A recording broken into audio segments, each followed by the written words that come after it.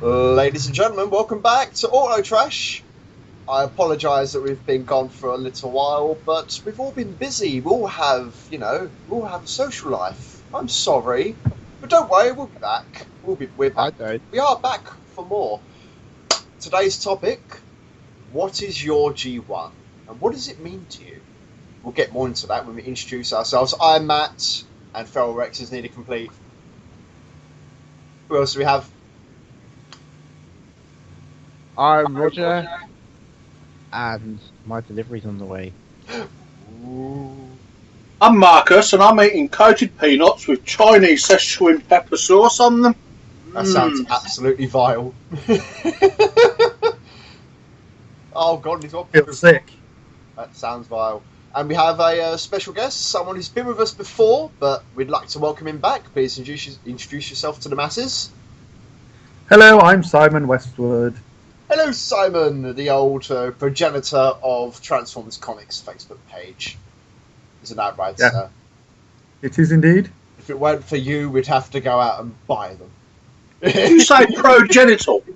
I said progenitor. You say progenital? No, shut up. Is it? Oh, God. Right. Okay. Subject, as I said at the start, what is our G1 and what does it mean to us?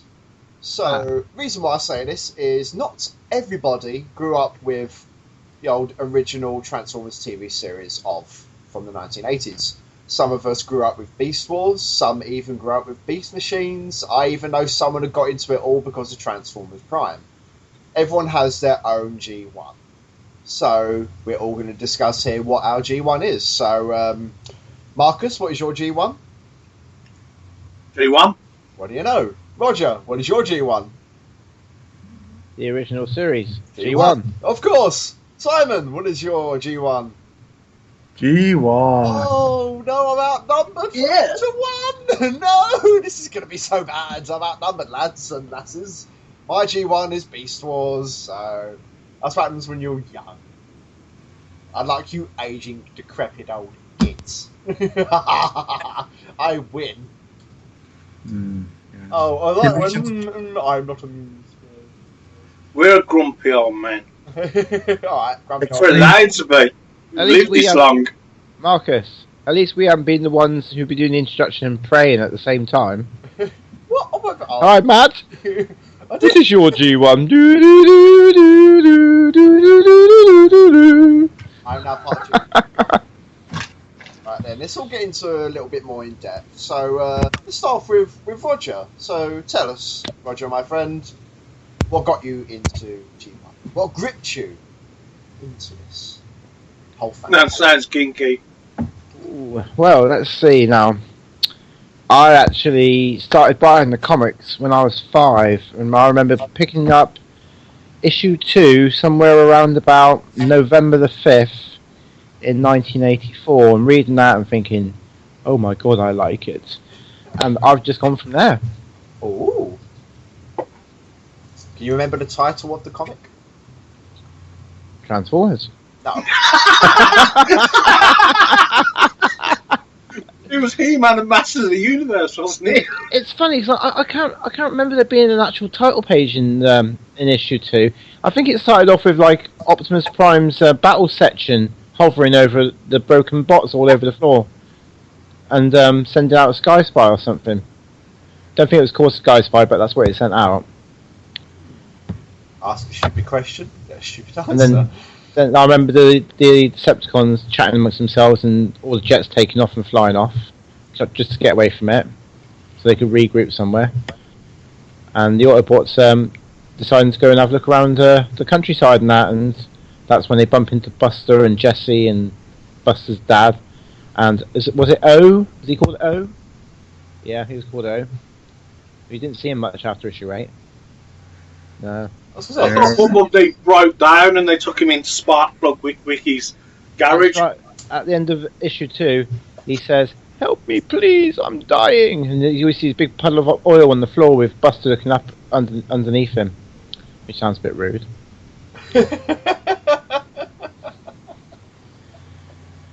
But yeah, there was an epic battle in issue 2. It was a really good battle where I remember Cliff Jumper. Was it Cliff Jumper or Ironhide? Using one of their glass gas cannon things on the bottom of the jets, and the jets being brittle and starting to break apart. That's pretty cool. Yeah. That's very cool. All right. Yes. All right. Marcus, what gripped you into the fandom? What's the one thing that made you think, ooh? In the comics, I always remember reading the comics, but as I started following the comics, I developed an addiction. I needed to know more. The stories started to grip me. There wasn't those silly little stories. There wasn't pandering to a child's mind. There was a lot more intelligence in them. It's not like the G1 cartoon, and that's no offence to any idiot that wants to watch the cartoons, because I'm an idiot that likes watching the cartoons too. But it wasn't just visual entertainment. This was something that had you thinking. Scientific explanations, even if there was a little far-fetched. But then some of the great stories came out of the British writers, and my God, they were so impactful. Dinobot Hunt, I like that. Target 2006. It felt like these comics didn't talk down to you in any way. No, I felt like they wasn't treating me like a child. These were written with entertainment purposes for everybody, but the very intelligent people could actually feel like quite important reading them, as if to say, I'm not reading a child's bit of literature here. There's something here, there's something good. This comic is going places. This actual, the Transformers brand itself, I think it's going to be around for a very long time. And what do you know? It has. 30 odd years later, 30 and we're years still later. here. Exactly. Yeah. Must be doing something right if it's been around for 30 years. Alright, what about you, Simon? Well, my interest in Transformers started off, strangely, with my brother's birthday. He had some birthday money and went out and purchased himself a couple of mini-bots with his birthday money. And having seen those, they were Brawn and Warpath. Having seen those, I essentially wanted to know more. And I went out and started buying the comics, and then went out and started trying to collect as many toys as I could. And the Transformers UK comic is, I think, still unsurpassed today. It's an absolute classic, and any publishing company could learn from the examples that were set in that book. That's pretty good, yeah. I like that. That's a nice little my brother's birthday. Did you rehearse that, Simon? Because it sounded rehearsed. It was so well spoken. Sorry, I do apologise. I don't mean to. Well, as I said at the start, I started off with Beast Wars. I think I was about 6 or 7, roughly, when it just popped up on TV. This is like ITV1 early morning, and I was wondering what hell this was, but it really gripped me for some reason. Just like watching these just animals run around, all of a sudden it's like transform robot mode. I was like, oh, what? They're robots? That's awesome! And all of a sudden they're like fighting each other and everything, and just that first episode really gripped me.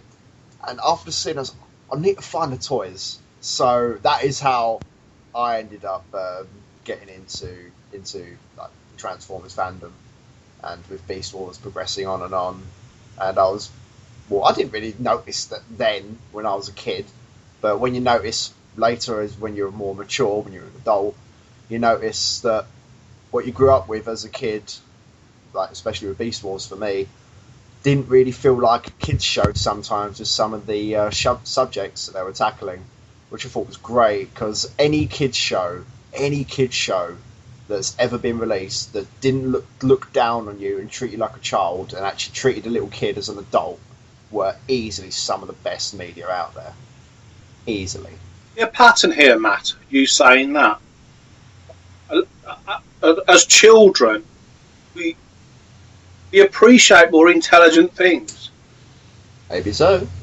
Well, Hasbro and other companies nowadays that make toys for children should start looking past that and realise that children do want something that's a little challenging, a little complicated, something that stretches their imagination, stretches their intelligence. Not in this day and age, to be honest. That's the issue. A lot of the kids nowadays are all about the old iPads and stuff. So You're saying technology has made people dumber. or lazy.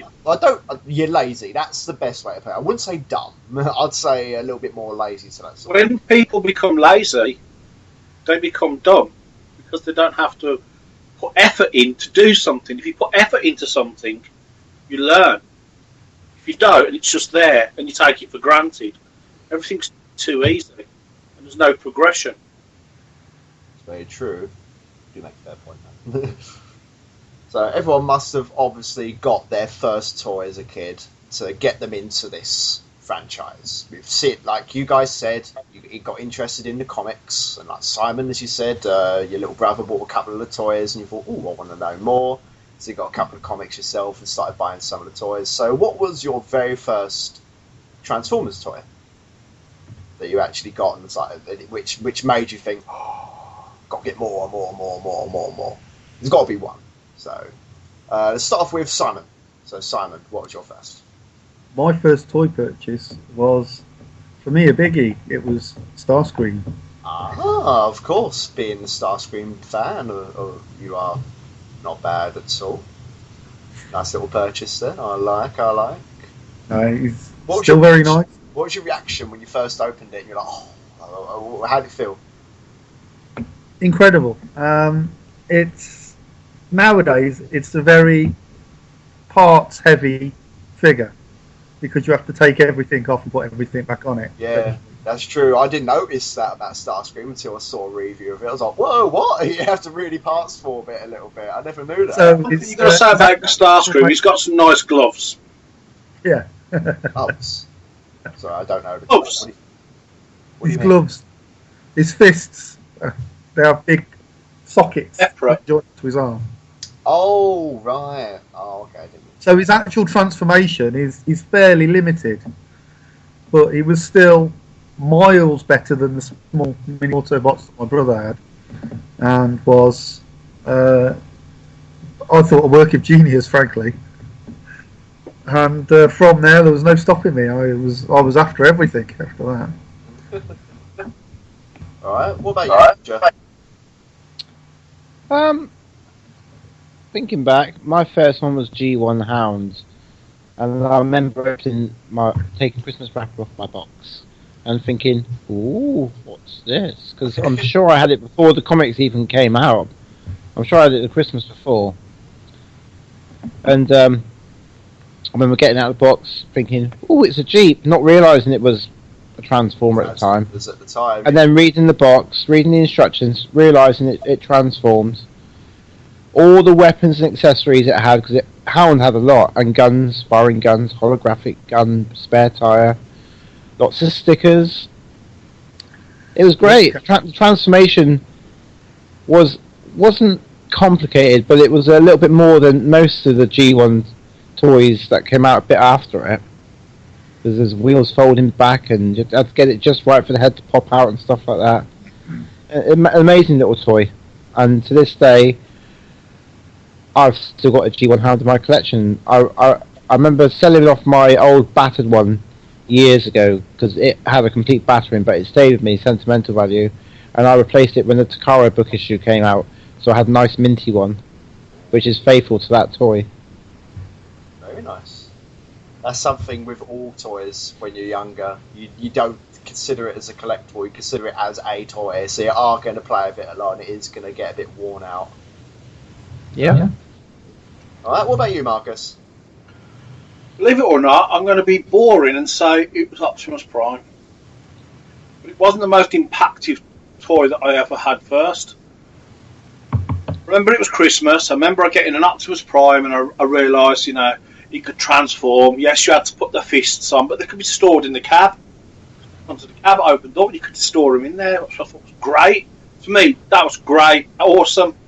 Story. Trailer opened up, had a little crane type thing in, and this was like, it really amazed me because it was like a little play set to me.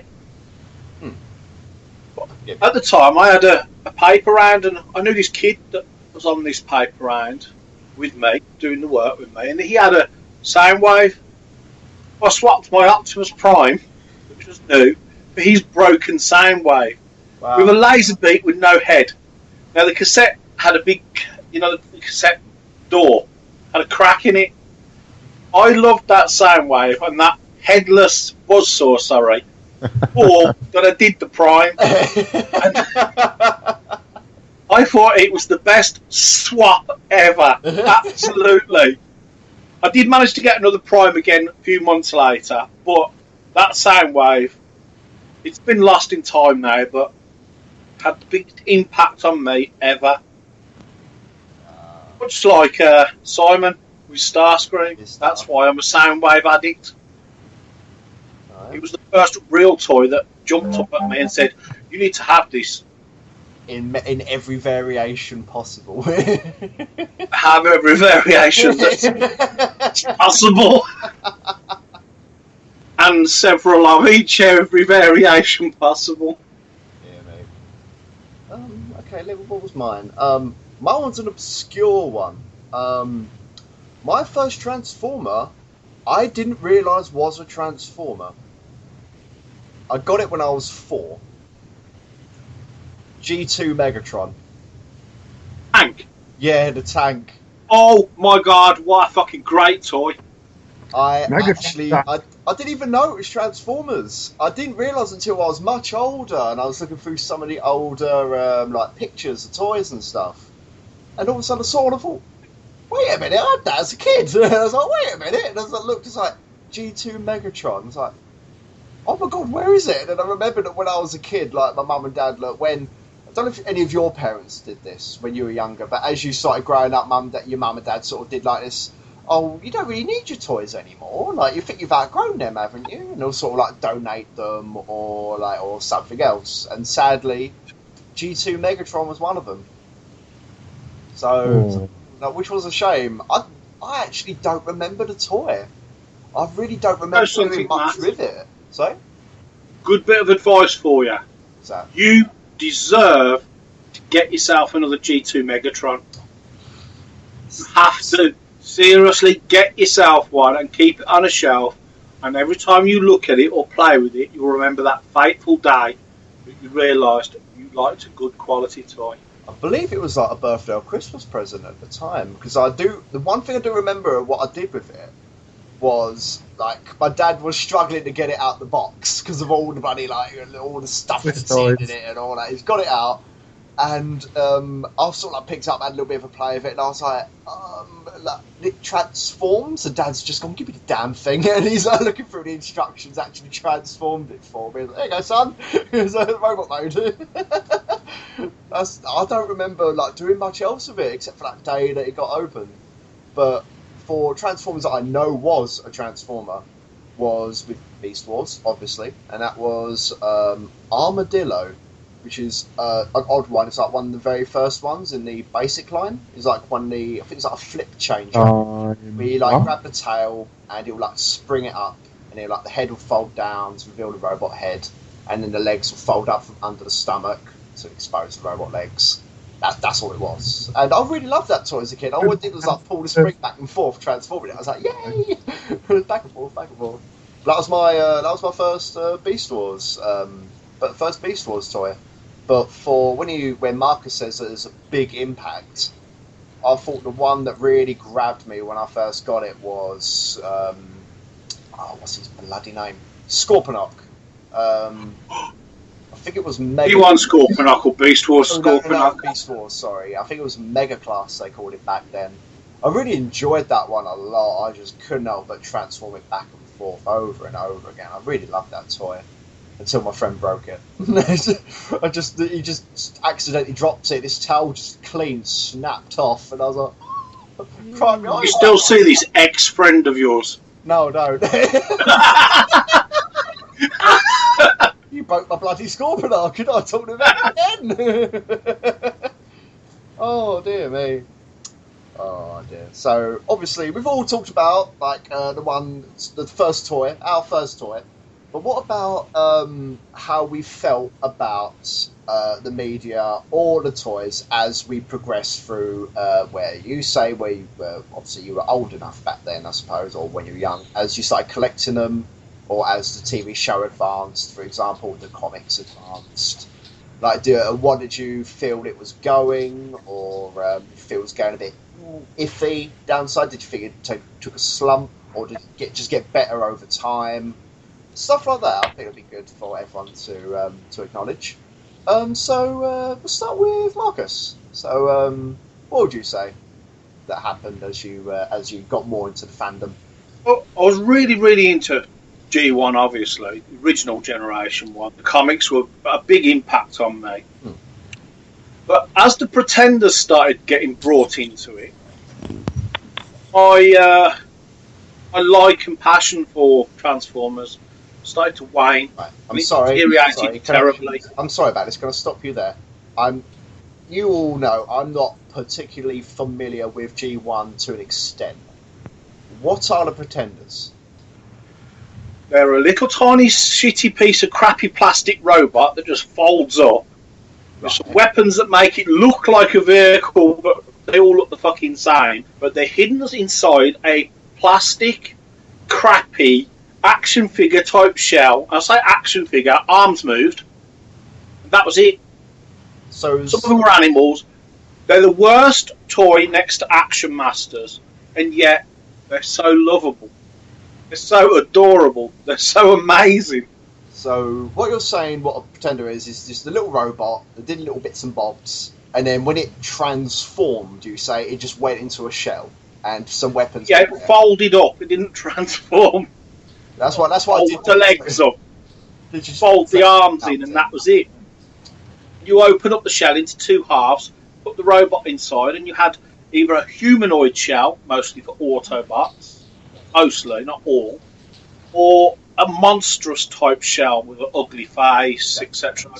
Examples. Then you had the animal ones like Snarler and Carnivac and Chainclaw. Those are some of the most amazing toys, believe it or not. They're silly, they're pathetic, but they're lovely. But when they were introduced into the comic, my interest died. I was a teenager by then. I'd discovered life, hardcore work, and hardcore play. Yeah, that's what happens when doing myself with many things to do with alcohol and other stuff. With me. So I didn't need toys anymore. I didn't need any more comics or Star Wars, etc. So I decided to give my whole collections away and sell all my comics to make money to enjoy my evening time. Then over the years, the cartoons had come on the TV, and I didn't think much of the comics or anything like that. Because obviously, living the life. I got married. I come out of my life that was boring, and I discovered something. eBay. Terrible curse, eBay. I'm sure everyone will agree. I decided to type in some of the things I had when I was a kid. Started off with Star Wars. Saw the prices of some of the stuff that I used to own, and very sweaty and uncomfortable. Saw Transformers, and I saw NP01. God, Transformers come a long way. I'm not sure if it was birthday, Christmas, or Father's Day present. I think it was Christmas or birthday. My other children bought me that. And I saw a Power Master Prime, something that I had when I was a kid, boxed, reissue. For Father's Day, my kids bought me that, and that was the start of me getting back into Transformers again. Since then, I've been watching every cartoon that's decent, which hasn't been many, in all the IDW comics, and rereading the UK comics again. Buying anything that's third party. Anything really Transformer related. I would all my sound waves. Of course, that's my Transformers history. And my whole house is completely packed with every single room containing some form of Transformer related paraphernalia. On a toilet roll holder shaped like Soundwave. Oh no, Megatron with his cannon in front of him like that, and that's where you put toilet roll on. I want one of them. If anybody's out there, make me one. That's brilliant. Oh dear. Alright, what about Simon? Well, my collecting went on until it included, in fact, the Pretenders. I lasted all the way up till the Action Masters started coming in. And when we got to the point of having Transformers released that didn't actually transform, I was very disillusioned, and like Marcus, I by that time found other things to engage my attention. So I left all the Transformers stuff alone for quite a long time. My toys I had from as a child, I mostly still had and kept in boxes. In fact, I still have my original Starscream. It stayed that way for a very long time until Beast Wars was released. By this time I was working in an electrical store, so we had the televisions on in the shop, and every Saturday morning we had the Beast Wars cartoon, and I was really enjoying it. Yeah, that's it. Nice. I went away on my first holiday with my now wife, and went into a Woolworths at the time, as they were, and saw a Beast Wars Megatron, a nice Tyrannosaurus, and I thought I must have that. So I bought that, and I haven't stopped since. I've got to get back into it. I ended up buying a ridiculous amount of Beast Wars stuff and watching a ridiculous amount of cartoons, and I just haven't stopped since. Is there any point through that period, apart from the Action Masters, that you felt that any of the media in any way, shape or form started to dwindle for you? Like either the comics or any of the TV shows, some of the toys? No, I collected the comics right the way through to the very end. And I think that, generally speaking, the quality was superb. There are a couple of blips, but generally speaking, the UK comic was superb. The only thing that I feel let down, or felt let down by, was the cartoon series, because I really enjoyed the first season of Transformers. But I think it lost its way a little bit in season 2, and then by the time we got to season 3 and what we barely had as season 4, it was not the same creature anymore, if you like, and I didn't enjoy it the same. Oh, okay. Right. What about you, Roger?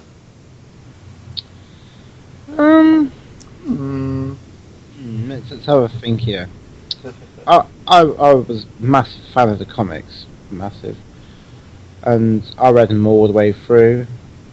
I collected a lot of the toys up until Headmasters. I didn't actually mind the Action Masters. It was the Micromasters put me off. They started putting me off, but I still picked the old one up here and there. Thinking my last G1 I picked up was a Constructicon from Woolworths somewhere around about 1994, I think. It was a G1 as well in a dump bin in Woolworths for a £5. Thinking, well, they never got released here, so I grabbed one of them. Nice. Like I said, I read G1 all the way up to the end. For the cartoons of G1, we only got them on VHS tape back then. There wasn't YouTube and stuff like that.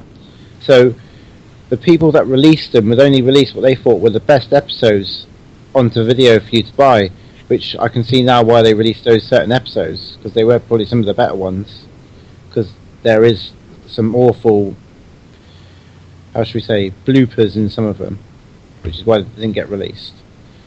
I missed out on Beast Wars, just didn't have the interest. So I thought I actually seen some in a local paper shop back where I'm from, and just think, well, they're not made by Hasbro back at the time. I thought, nah, I don't want to do that. Caught in between, like the end of G1, I worked all the way through as well. So I caught Armada sometime, I think it must have been very late 90s, early 2000s, when Armada started. 2001, 2002 Armada started? Yeah, I caught a couple episodes of Armada. Watched them, thought it was okay. Didn't actually buy any of the toys or anything. Didn't buy any Unicorn Trilogy toys. Didn't watch much of that really. RID just went past that as well. Just like I was saying earlier, for those that didn't hear this, I've managed, even now with RD, I've only managed to watch like the first 4.5 episodes, and every time I hear the word transform, it just puts me off. I'm just like, no, they never said that in G1. Not interested. It's Japan for you. What do you expect? Well, yeah. But after that was Transformers Prime, wasn't it? After Unicorn Trilogy. No, it's animated. Didn't catch much of animated, but I caught all of Transformers Prime, which is where about my recollecting had come in full swing by then.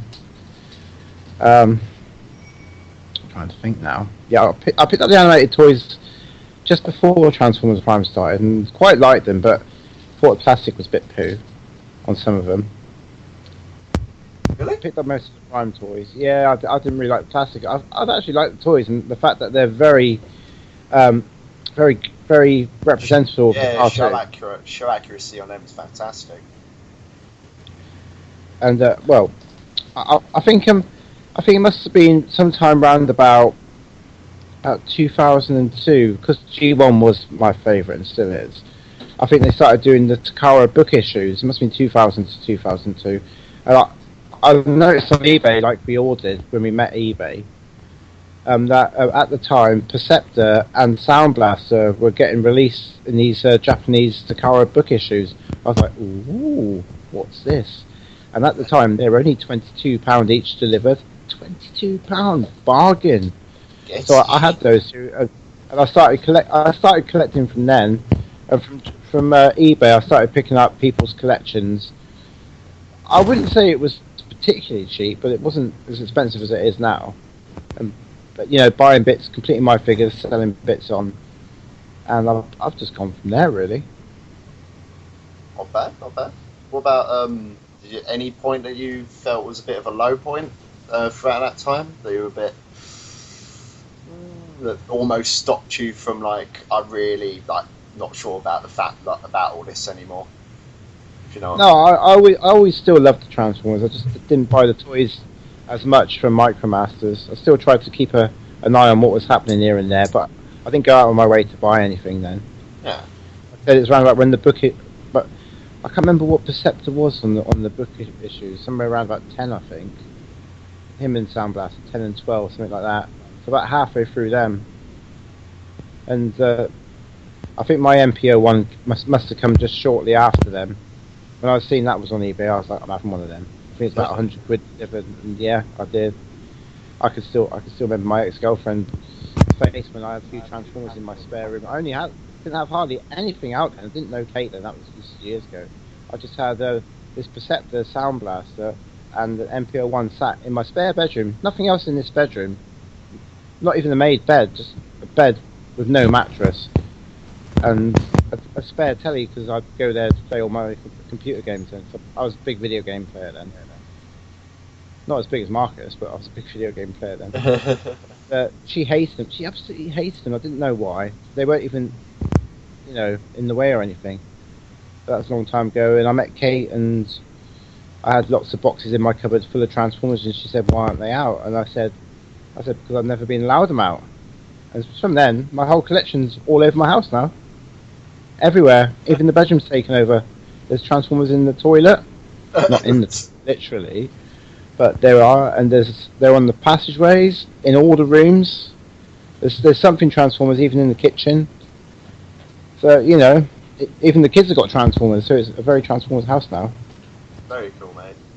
I expect you to say the movie toys are in the toilet. Rest of the shit. Well, the movie toys. I can't say that because some of them movie toys ain't too bad. Nah, you got to admit that. It's funny because picking up these G1 collections, there were movie toys in them because everybody just bundled the stuff in together, and I just kept putting them into a drawer until one day, I think it was last year, I just looked at this big drawer for the movie parts and that. I thought, well, I wonder who collects movie toys and like a load of bits and bobs just to use them for parts or whatever. So I messaged a certain Dutch fella, and he took a lot of me. Nice. Alright. No more movie toys. No AOE toys. I don't do movie toys. No more. Alright, let me think. for me, obviously, when Beast Wars ended, I had like nearly all of them for the figures. I had so many; it was unbelievable. Beast Machine started out, but in the UK, you'd have to. I think it was Sky. You needed like Sky television in order to like catch like the Cartoon Network and Fox Kids and stuff like that in order to watch them. And I didn't have that when I was younger, so I wasn't able to watch Beast Machine. So I got a couple of the toys. And when I was a kid, I even back then, I was like, eh. I really didn't think much of them, but I still played them, obviously, because I was a kid. RAD came about. I couldn't watch that on TV either, so I just ended up, I bought like one or two, like Optimus and Megatron. That was it. That was what I got from there.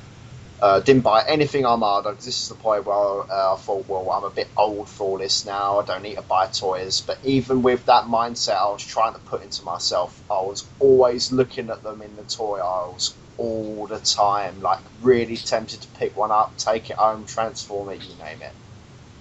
But something always stopped me. But with Armada, I never got a chance to watch the show. Then it got to the point when we got Sky Television. I thought, brilliant. Okay, let's see what we got on here. And it had Transformers Energon. I was like, okay, let's see what this is like. Started watching it, and I watched like 3 episodes, and I was like, wow, these are awful. Absolutely terrible. So bad. I was like, I thought, what happened to Transformers since Beast Wars? Jesus. So then, like, literally about a week later, they then advertised on Cartoon Network, like, the brand new show, Transformers Cybertron. I was like, okay, alright. Stick that on when it comes on, see what that's like, and it was just as bad. And it got to the point where I really, my likeness for Transformers really began to dwindle in the media front. But when it was like the toys and stuff, it was something that always dragged me in. So one day when I went into the Entertainer, which is not really well-known toy shop here in the UK, there's not that many around. I went into one nearest to me, and they had a sale on a load of the Transformers Energon stuff. And they had like the repaint Tidal Wave from Armada for I think it was about £12. I thought, it looks quite nice actually. Yeah, go on in. So I picked that one up, and then they also had like the leader class Megatron and Optimus for 20 each instead of 40. And I was like, do you know what? So I'll pick them up as well. And even then, I looked at them and thought, well, Tidal Wave's nice. I really weren't keen on Optimus or Megatron because I was quite disappointed with those. So my thoughts of Transformers began to dwindle even further. And then all of a sudden I thought, do you know what? I want to see if these new ones from Cybertron are any good. So I picked up Optimus and Megatron at the same time, see how they are. Amazed by Optimus, even to this day. Transformers Cybertron Optimus is ridiculously good toy. Absolutely love it. I think it's fantastic. Megatron was a surprise because I always think his vehicle mode looks like the Batmobile. But I always felt with Megatron and Cybertron. But that was a really good toy as well. And I thought, maybe Transformers is getting good again on a toy front. And I thought, well, I've just got these two. I can't really afford any more.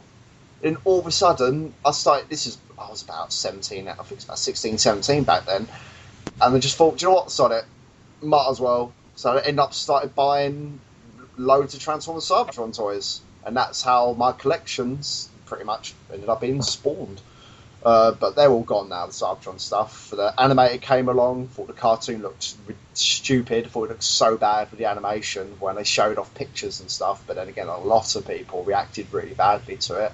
But then it started, and don't judge a book by its cover. It's animated is bloody amazing. Love animated to bits. Thought it was fantastic. I was like, right, okay.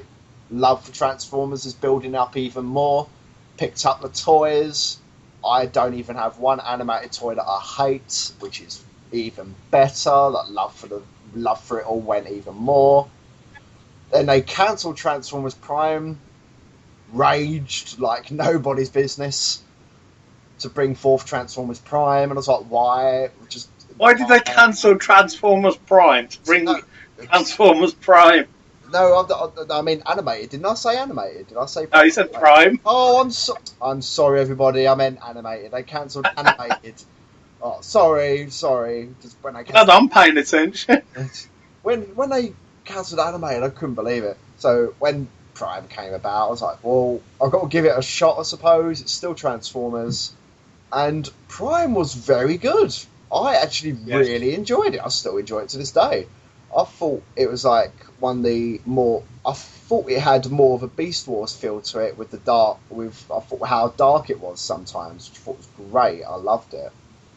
I thought it was very much like movie stroke Beast Wars stroke Generation 1. It sort of had a bit of everything.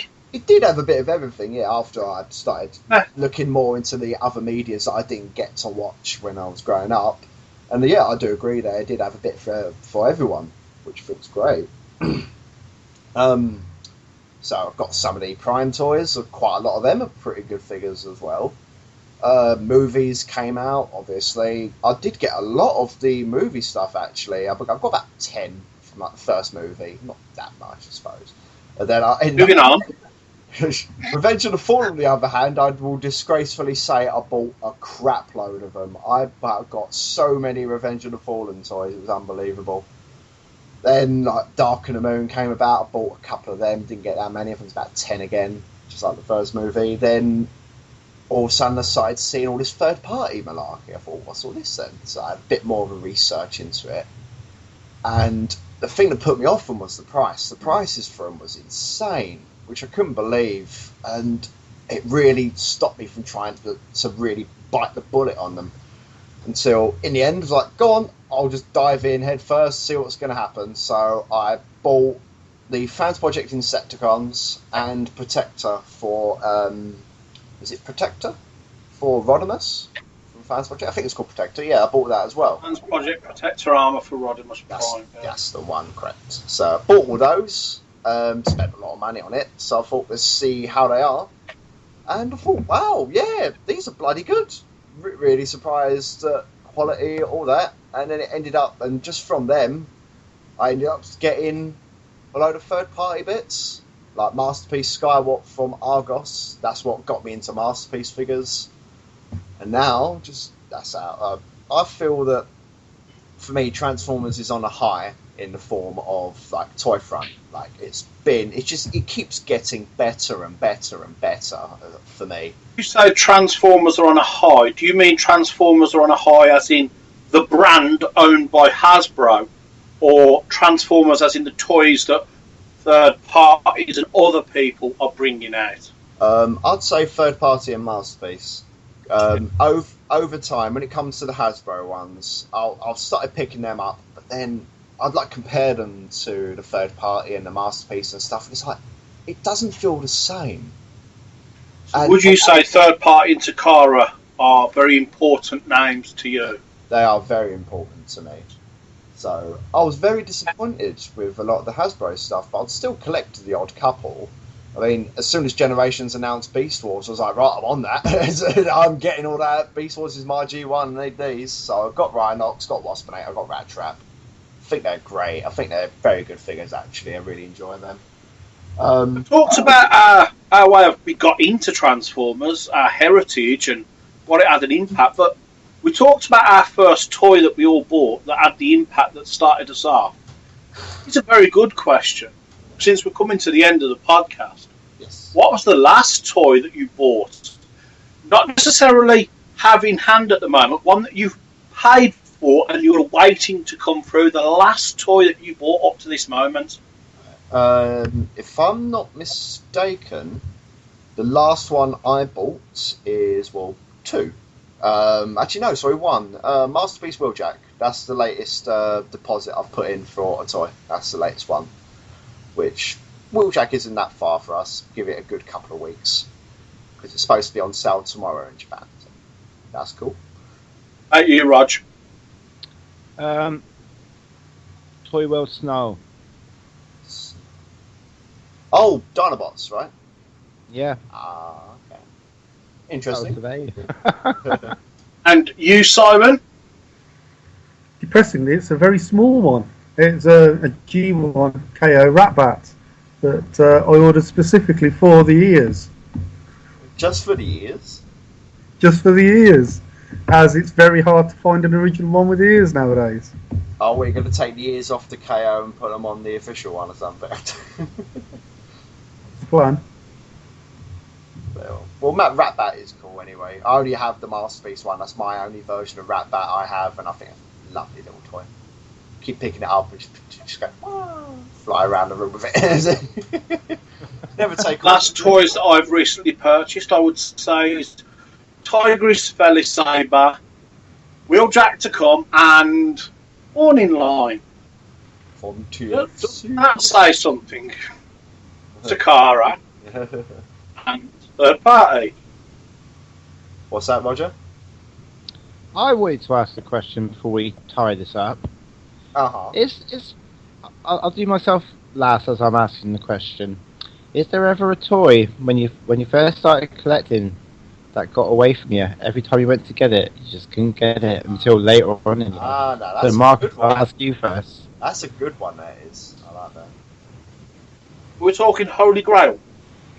We're talking your Grails, the one you always wanted and you didn't get for like 20 years. From day one. From day one. Okay. Matt first. All He's right. the That person. Very well. Okay. My one was... This was near the end of the Beast Wars era, so Transmetal 2. And they were very scarce to find in this country when they first came out, and it was like very limited. I barely saw any. And when you did find them, they literally like threw them out on the shelves at the last minute, and they really discounted them quite a bit. So that was a good thing. But the one I always wanted was Transmetal 2 Megatron, because trying to find that was a pain. I couldn't find it anywhere. There was only one time I came so close. But as you guys know from another podcast, I told you the story about how I did get it. But this is the story of where I came close. I went into a Tesco's, and I had my gran was visiting us at the time. We were just having a look around. And I went to the toy bit as usual, just looking through, and I saw a little ticket, like, you know, the little barcodes they put out saying what they have. And one of them said, Beast Wars Dragon. I was like, what? And he went and said $4.99. Like, I beg your pardon. So I quickly I just picked myself up on tiptoes to look up, and nothing there. And I was like, oh, that's really annoying. I thought, was that Megatron? Was that the Transmetal 2 Megatron? I was like, oh god, I hope it isn't. And then right next to it, another ticket, Beast Wars Tiger Bird. I was like, what? Looked up even further, right at the very back of the shelf, Transmetal 2 Tiger Hawk for $4.99. I was like, whoa. First time I've ever seen it, and the only time I ever saw it in the shops as a kid. So I was like, I really want this. And I looked at my money. I was like, my last bit of pocket money. It's like £4. It's like, no, I only want £1 out, no. So I said, like, oh, Mum, like, Dad, please, like, I need an extra £1 just to get this. They were like, well, what one is it? And I picked it up, and I said, like, it's only a £5. And I went, you sure? I was like, yeah, it's usually like £20. It's like, it's a £5. Yeah, go on then, why not? Gave me the £1. So I ended up getting the old Tiger Hawk.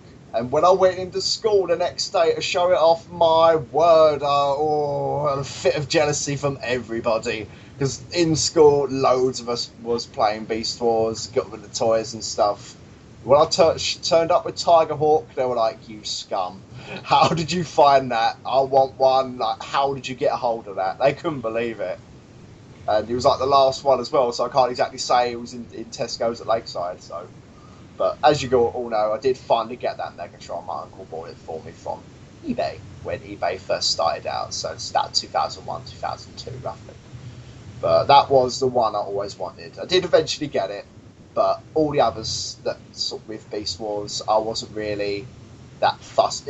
Some of them, most of the ones that I really wanted, I did actually manage to get a hold of. So it wasn't one that evaded me in any way. So, except for Megatron, but you know the story that I've got on eBay in the end. So, who's next to answer that one? Simon. Yes. The Holy Grail that I was after for a very long time was, of course, the G1 figure.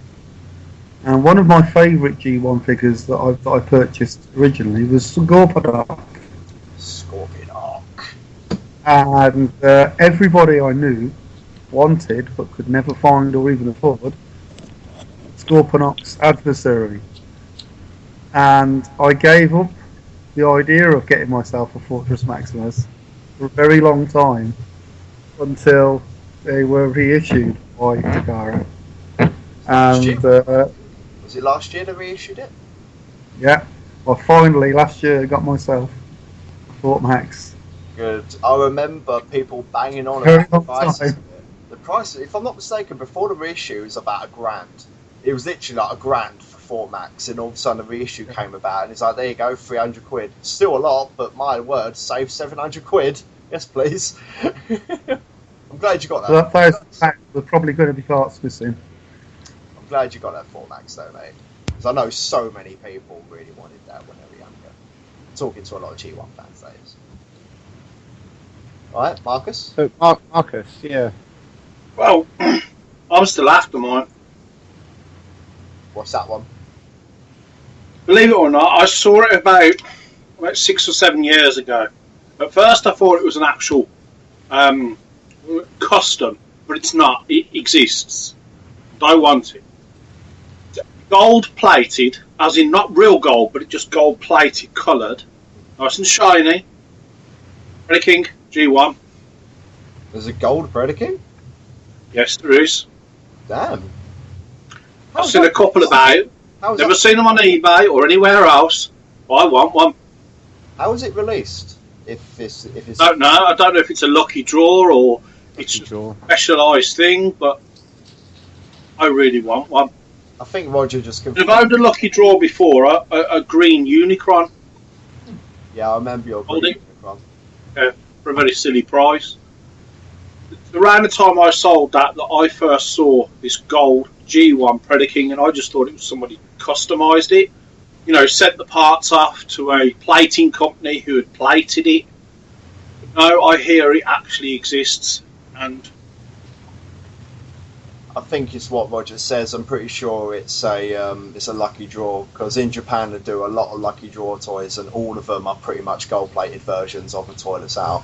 So it wouldn't like the primes and stuff. Yeah, they wouldn't The surprise idea of a gold Soundwave would be interested.